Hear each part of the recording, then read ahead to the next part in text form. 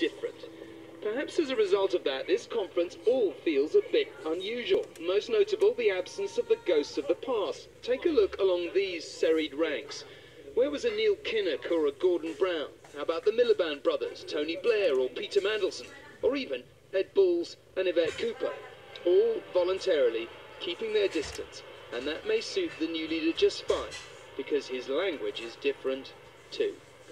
Politics that's kinder, more inclusive, bottom up, not top down, in every community and workplace, not just in Westminster. Real debate, not necessarily message discipline all the time, but above all, straight talking, honest. That's what the politics we're going to have in the future in this party and this movement.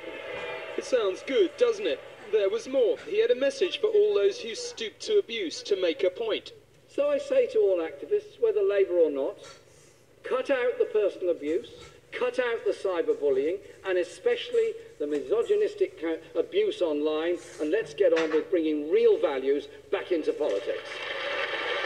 They loved that, and by now he was in his stride. Excitement was building in the party, he said. Young people and older people are fizzing with ideas. Let's give them the space for that fizz to explode into the joy we want of a better society.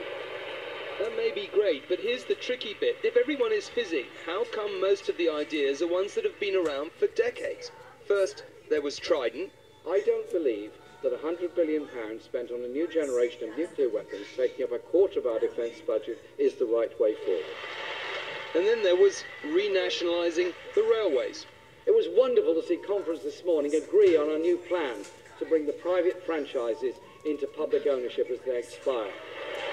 You can approve of these measures or not, but like most of the other big policies on display today, they have been articles of faith for the old left for a very long time.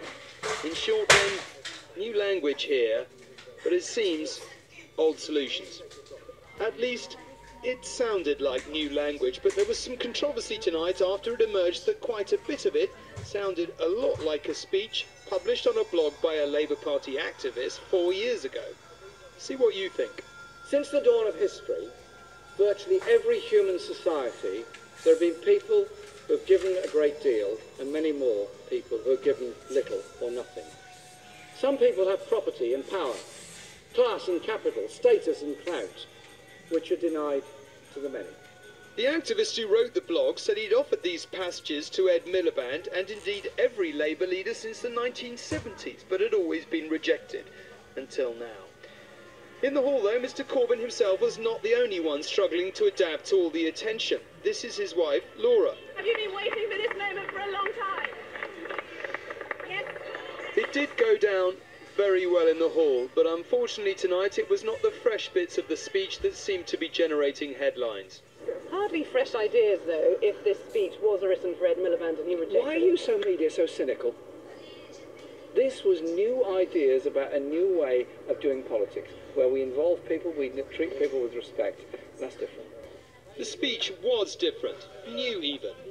The policy ideas, though, were not. That said, the Corbyn project is still in its infancy.